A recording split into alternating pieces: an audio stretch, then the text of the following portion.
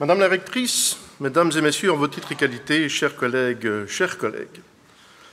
réconcilier art et science, en ce qui me concerne, la science, c'est l'informatique, et le seul art que je connais, c'est écrire des programmes, le développement logiciel. Je vais vous casser un peu les pieds, désolé. Le développement personnalisé qui consiste à parfaitement comprendre le problème de l'utilisateur et à trouver la solution qui va même au-delà de ses attentes est le sommet de l'art. Contempler son bonheur quand il entrevoit le temps et l'argent qu'il va gagner, ça n'a pas de prix. Enfin, pour l'informaticien, parce que lui, ça va lui coûter un bras, évidemment. Dans le développement personnalisé, c'est le logiciel qui s'adapte à l'utilisateur. L'informaticien cherche l'efficacité maximum, et comme ça coûte cher, le client veut une solution pérenne. À l'opposé, le développement générique ou généraliste crée des outils dans lesquels l'utilisateur cherche, pioche, combine pour trouver lui-même des solutions. Il perd du temps, parfois plus que s'il avait fait le travail à la main. C'est la version tricatelle du développement logiciel. Dans le développement généraliste, c'est l'utilisateur qui s'adapte au logiciel. L'informaticien ne cherche pas l'efficacité maximum, au contraire, comme ces logiciels rapportent moins, il cherche à ce que l'utilisateur en achète le plus possible, quitte à remplacer le matériel plus rapidement. Depuis une vingtaine d'années, on voit émerger le développement de logiciels qui utilisent l'utilisateur. Des logiciels qui, en apparence, apportent une solution à un problème, mais qui, en fait, prennent plus qu'ils ne donnent. Je te donne un moyen de discuter avec tes congénères et en douce, je t'analyse pour te refiler de la publicité.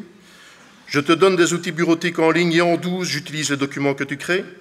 J'héberge tes photos et tes vidéos pour que tes amis t'aiment et en douce, je te drogue à la dopamine. Je te donne des outils de diagnostic et en douce, je te refile quand même la solution vendue par le sponsor. Tu as 13 ans et tu fais part de ton mal-être sur un réseau social et je te propose quand même du contenu sur l'anorexie et l'automutilation en moins de 3 minutes. Tu fais une recherche sur les moyens, les moyens d'avorter et comme j'enregistre tes données personnelles, les autorités les réclament si tu habites dans un État où c'est interdit. Bref, exploiter l'utilisateur de la manière la plus anodine à la plus nauséabonde. Ces logiciels sont gratuits car l'utilisateur est devenu la donnée à traiter. Nous sommes clairement dans le premier cas de figure. Le véritable utilisateur a demandé un développement personnalisé à des personnes qui choisissent d'ignorer le caractère trompeur et immoral de leur travail. D'autant plus immoral quand on cible les plus vulnérables ou les plus jeunes. Ces logiciels sont gratuits, certes, mais le cobaye se lasse vite. Alors il faut tout faire pour qu'ils reviennent, viser toujours plus gros, toujours plus vite. Pour réenchanter le monde, Madame la rectrice, jusqu'à il y a peu, j'aurais dit qu'il faut mettre l'éthique à la base du développement logiciel et lier l'informaticien à un serment. Mais c'est du flan, c'est de la poudre aux yeux, ça ne sert à rien de contrôler l'offre, il vaut mieux réduire la demande. J'ai donc changé d'avis. À présent, je pense qu'il serait beaucoup plus efficace d'éduquer l'utilisateur lambda, lui apprendre à reconnaître les pièges et à consommer avec modération. Ce n'est pas gagné. Dernièrement, je vous donne juste un exemple, un utilisateur m'envoie par email une photo d'un message d'erreur. Quoi de plus banal que d'envoyer une photo par email? Le message d'erreur fait 65 caractères, la photo pèse déjà 4 200 000 caractères.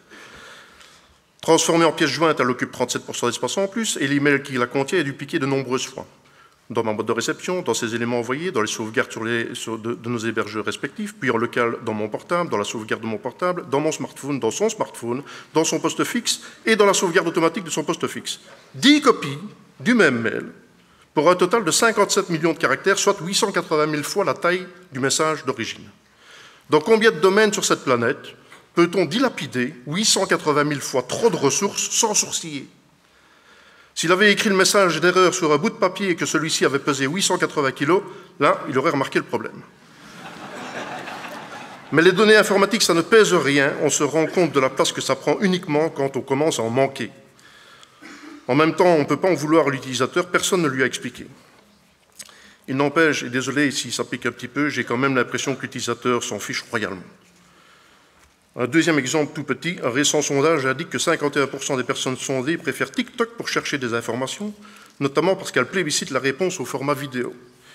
C'est officiel, lire est devenu ringard.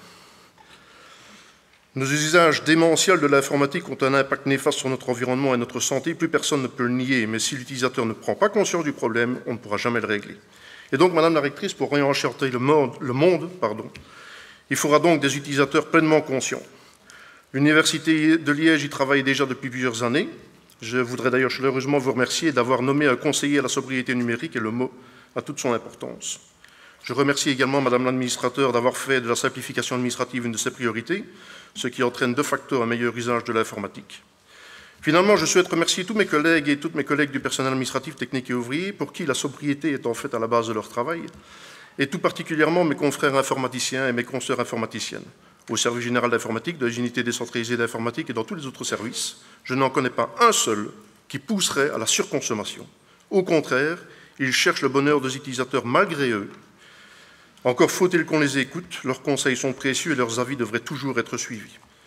Je vous souhaite une excellente année académique 2023-2024, marquée, je l'espère, par la prise de conscience des travers de l'informatique et par notre engagement à les rectifier.